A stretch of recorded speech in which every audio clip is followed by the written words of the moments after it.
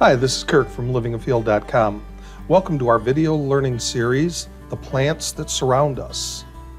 Plants can have many common names. All too often the same common name is used for multiple plants.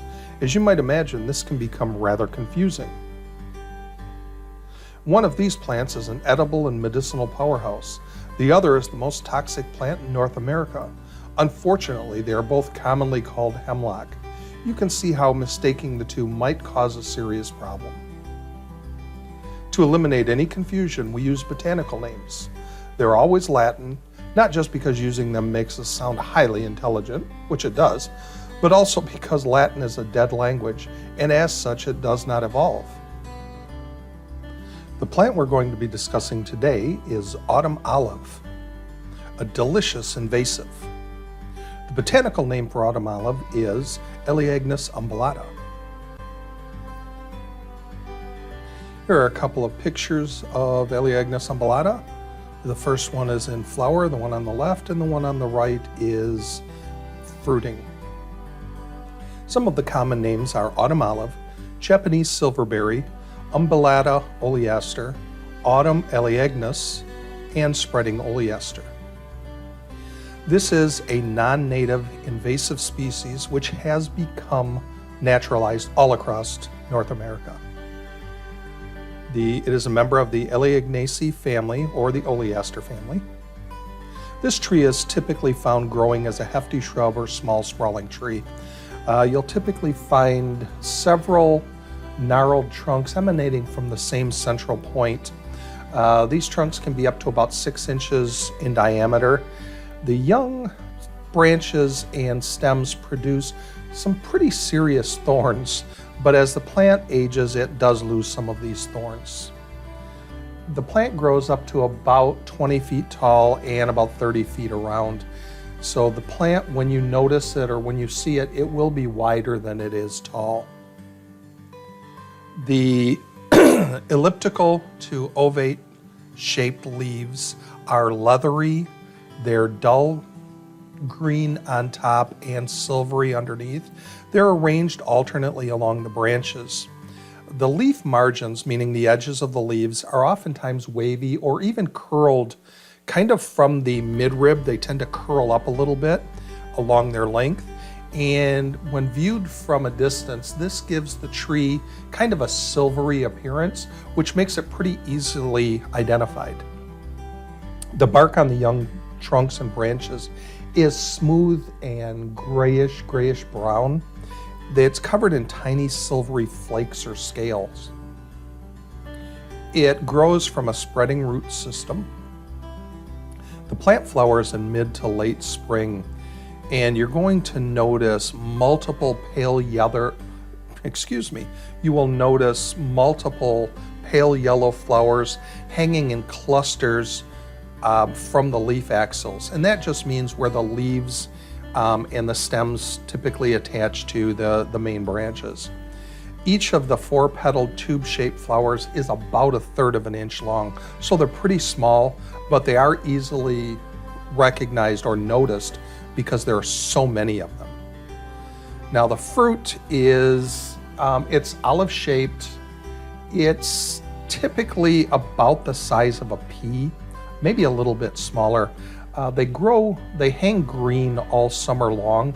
They have little gray scales on top of or on the outside of the plant. As the season progresses, they plump up, and as they ripen, they turn an orangish to kind of a deep orange-red color in the early fall. Each fruit produces a single seed. The seed is pretty large in relation to the overall fruit.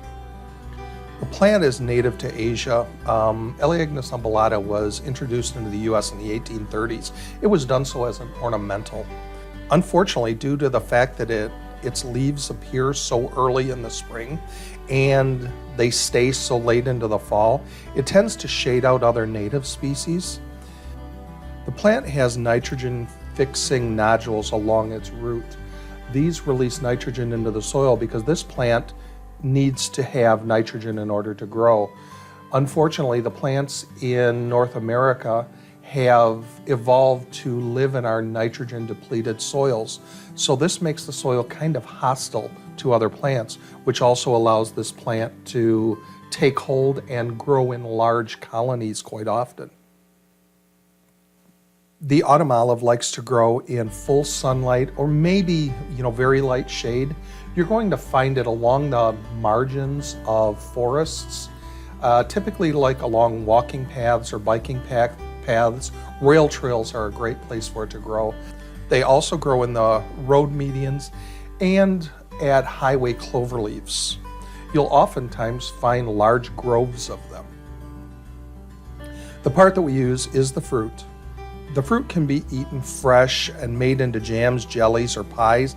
It's really high in antioxidants and vitamin C. The fruit is a little bit astringent tasting. Some people find it too sour to eat. I think it's an absolutely delicious fruit myself, though. The following slides are meant for informational purposes only. They're not meant to diagnose or treat any illness or injury. Always consult with a physician or other qualified medical care provider concerning the diagnosis and treatment of any illness or injury. I don't want there to be any mistakes here. I am not a physician and I do not play one on the internet. The medicinal uses from this plant stem from the fact that it's high in antioxidants and it is also high in vitamin C. This vitamin C will help prevent or reverse the disease scurvy. Again, it is an antioxidant. That just means that it tends to render free radicals harmless to your body. It stops, oxygenation and killing of your cells. It is an antiscorbutic. That just means that it is high in vitamin C and it prevents or cures scurvy. Eleagnus umbellata has no toxic lookalikes, and there are no drug interactions I'm aware of concerning Eleagnus umbellata. This is an invasive plant whose fruit is absolutely delicious. So do your part for our environment. Get out there and eat all you can find. I hope you've enjoyed this course. If so, please try one of our other online courses. You might also be interested in one of our guided plant walks. You can find all of our training opportunities on our website at livingafield.com. I would appreciate you taking a moment and emailing me your feedback on this video to videos@livingafield.com.